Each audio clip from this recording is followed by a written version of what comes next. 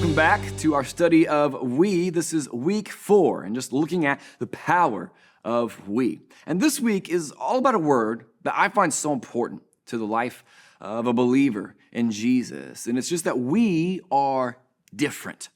And the way a follower of Jesus regulates and dictates their life is different than how a person who doesn't follow Jesus regulates or dictates their life. There's something inherently just different about those who follow Jesus, and it should show in your life. Listen to 1 Peter 2. It says, "You are coming to Christ, who is the living cornerstone of God's temple. He was rejected by people, but he was chosen by God for great honor. And you are living stones that God is building into his spiritual temple. What's more, you are his holy priests." Can we just pause for a second?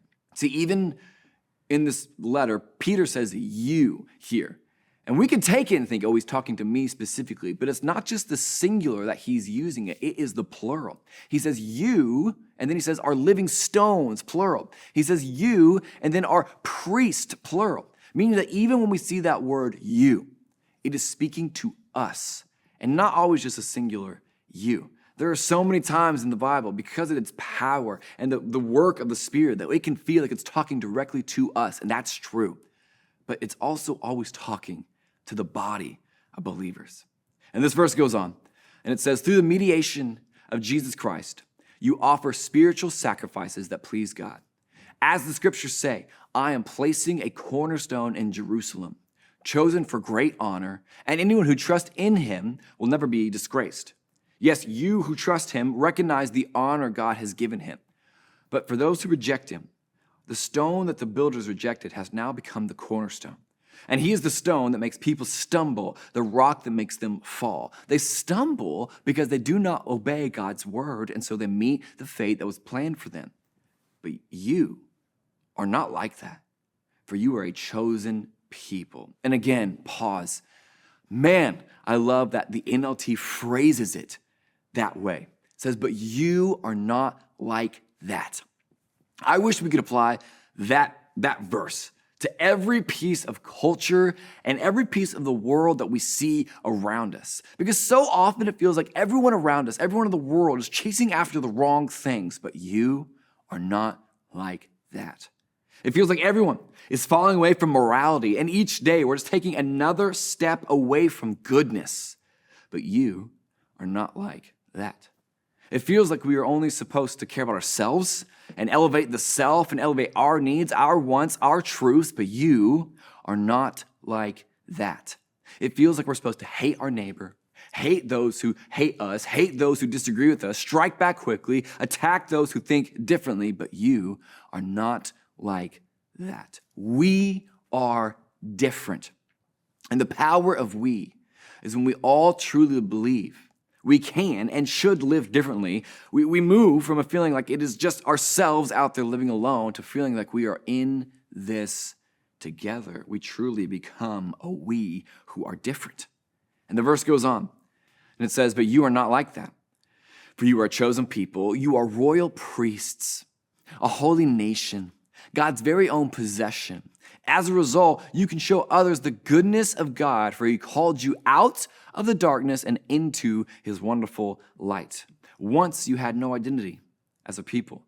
Now you are God's people. Once you received no mercy. Now you have received God's mercy. Dear friends, I warn you as temporary residents and foreigners to keep away from worldly desires that wage war against your very souls. Be careful to live properly among your unbelieving neighbors. Then even if they accuse you of doing wrong, they will see your honorable behavior and they will give honor to God when he judges the world. We are different, so we live differently." I love the way that Pastor David Guzik says it. He says, "Since it is true that believers have a new life principle, talking about the chosen generation, chosen people, that we have a new access to God, talking about we're royal priests, that we have a new government, saying that we're a holy nation, and a new owner, that we are his very own possession, it will affect the way that the believer lives life. We live differently. So we keep away from worldly desires. And you can fill that blank in yourself. I don't think I have to give you a bunch of examples for you to know what is in your heart that you desire. And you know it's not what God desires for you. If you don't know, just ask the question, what is waging war against your soul when it comes to following God? I think that's the will, the desire that might be in you. We live differently, and so we live properly. Some of the versions of the Bible you might be reading say we live such good lives among our unbelievers that even if they accuse us of doing wrong, they will see our behavior and honor God. But we do this, all of this, as we.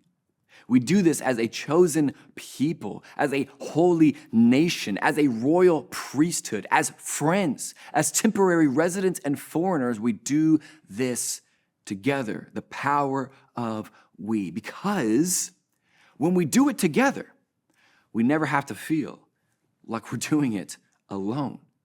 And we are different. So we live differently together. Let's live differently together.